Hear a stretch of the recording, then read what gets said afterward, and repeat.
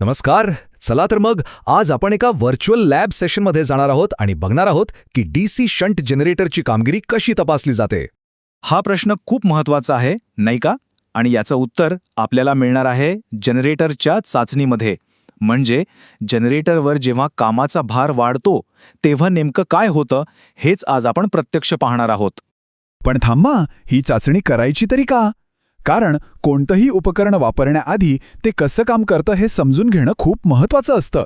जनरेटरच्या बाबतीत आपण त्याची कार्यक्षमता आणि प्रत्यक्ष वापरात तो कसा वागेल हे मोजणार आहोत. अगदी बरोबर. म्हणजे जनरेटर जेव्हा आरामात असतो आणि जेव्हा त्याच्यावर भरपूर कामाचा ताण असतो, या दोन्ही परिस्थितीत तो कसा वागतो हेच तर आपल्याला बघायचं आहे. ही चाचणी आपल्याला दाखवते की जेव्हा आपण जनरेटरकडून जास्त शक्तीची मागणी करतो तेव्हा त्याच्या व्होल्टेजमध्ये नेमका कसा बदल होतो. तर जनरेटरची कामगिरी समजून घेण्यासाठी आपण दोन वेगवेगळ्या अवस्थांमध्ये ही चाचणी करतो. एक आहे नो लोड आणि दुसरी लोड. चला बघूया काय फरक आहे ह्यात. हे अगदी सोपं आहे. बघा, नो लोड म्हणजे जनरेटर चालू आहे, फिरतोय, पण त्याला काहीच काम दिलेलं नाहीये, तो रिकामा आहे. इथे आपण त्याचं बेसलाईन व्होल्टेज मोजतो. आणि लोड चाचणी म्हणजे आपण त्याला खरंखुरं काम देतो, जसं की दिवे वगैरे लावतो, आणि मग बघतो की या कामाच्या ताणाखाली त्याचं व्होल्टेज कसं बदलतं. बरं, सिद्धांत तर समजला. जसा एखादा शेफ स्वयंपाकाआधी सगळी तयारी करून ठेवतो, तसंच आता आपण आपल्या प्रयोगासाठी लागणारी उपकरणं एकत्र करणार आहोत. तर आपल्या या व्हर्च्युअल वर्कबेंचवर काय काय आहे? आपल्याला लागेल एक डीसी शंट जनरेटर, त्याला फिरवण्यासाठी एक प्राइम मूव्हर, व्होल्टेज मोजायला व्होल्टमीटर, करंटसाठी ॲमीटर, फील्ड करंट ॲडजस्ट करायला रिओस्टॅट, लोड देण्यासाठी लॅम्प बँक आणि वेग मोजण्यासाठी एक टॅकोमीटर.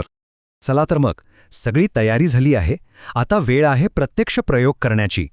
मी तुम्हाला प्रत्येक टप्प्यावर मदत करणार आहे, त्यामुळे काळजी करू नका. सुरुवात करूया नो लोड चाचणीने. सगळ्यात आधी सर्किट डायग्रामप्रमाणे जोडणी करायची. मग प्राइम मूव्हर सुरू करून जनरेटरचा वेग बरोबर 1500 RPM वर सेट करायचा. तो हलता कामा नये. यानंतर रिओस्टॅट वापरून व्होल्टेज 230 व्होल्टवर आणायचं. यावेळी ॲमीटर बघा, तो 0 दाखवेल कारण काही लोडच नाहीये. हे झालं आपलं नो लोड व्होल्टेज.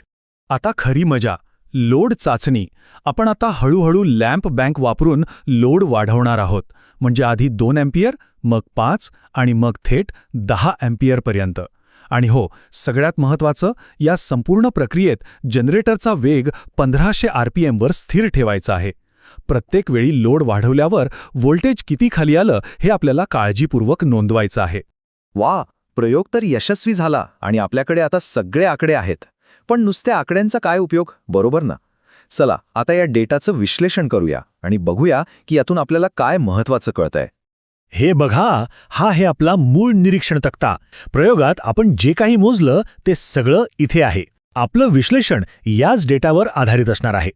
आता ह्या तक्त्याकडे जरा सोप्या पद्धतीनं पाहूया. इथे एकदम स्पष्ट दिसतंय. बघा, जेव्हा लोड करंट 0 होता तेव्हा व्होल्टेज होतं 230 व्होल्ट. पण जसजसं आपण करंट वाढवत गेलो 2, 5, 10 अँपियरपर्यंत, तसतसं व्होल्टेज 225, 218 आणि शेवटी 210 व्होल्टपर्यंत खाली आलं. म्हणजे एक गोष्ट पक्की, लोड वाढला की व्होल्टेज कमी होतं. आता या आकड्यांना आपण एका ग्राफवर मांडूया. एक्स अक्षावर घेऊया लोड करंट आणि वाय अक्षावर टर्मिनल व्होल्टेज. काय दिसतंय? एक खाली घसरत जाणारी वक्ररेषा, हो ना? यालाच म्हणतात ड्रुपिंग कॅरेक्टरिस्टिक. पण असं होतं का? याची 2 मुख्य कारणे आहेत. पहिलं, आर्मेचर रेझिस्टन्स ड्रॉप, म्हणजे करंटमुळे वाइंडिंगमध्येच थोडा व्होल्टेज ड्रॉप होतो. आणि दुसरं, आर्मेचर रिॲक्शन, ज्यामुळे मुख्य चुंबकीय क्षेत्र थोडं कमकुवत होतं आणि व्होल्टेज खाली येतं. तर आपण प्रयोगाच्या शेवटच्या आणि सगळ्यात महत्त्वाच्या भागाकडे आलो आहोत. या सगळ्या विश्लेषणातून आपल्याला काय शिकायला मिळालं? जनरेटरच्या खऱ्या आयुष्यातील कामगिरीबद्दल हे काय सांगतं? अगदी सोप्या आणि सरळ शब्दांत सांगायचं तर या संपूर्ण प्रयोगाचा निष्कर्ष एकच आहे. जसजसा जनरेटरवरचा भार म्हणजे लोड वाढतो, तसतसं त्याचं टर्मिनल व्होल्टेज कमी होतं. ही डीसी शंट जनरेटरची एक नैसर्गिक वागणूक आहे. आणि ह्यालाच तांत्रिक भाषेत एक नाव आहे. मूळ स्रोतानुसार ह्या माहितीवरून आपण जनरेटरचं व्होल्टेज रेग्युलेशन काढू शकतो. व्होल्टेज रेग्युलेशन म्हणजे काय? तर जनरेटर लोड नसताना आणि पूर्ण लोडवर असताना त्याच्या व्होल्टेजमध्ये किती फरक पडतो याचं ते एक माप आहे. यावरून त्याची व्होल्टेज स्थिर ठेवण्याची क्षमता कळते. तर मग जाता जाता एक विचार करूया. जर जनरेटरचं व्होल्टेज लोड वाढल्यावर कमी होत असेल तर मग आपल्या घरातल्या किंवा कारखान्यातल्या उपकरणांना एकसारखं स्थिर व्होल्टेज कसं मिळत असेल? अभियंते याची भरपाई करण्यासाठी काय युक्ती वापरत असतील? जरा विचार करण्यासारखा प्रश्न आहे, नाही का?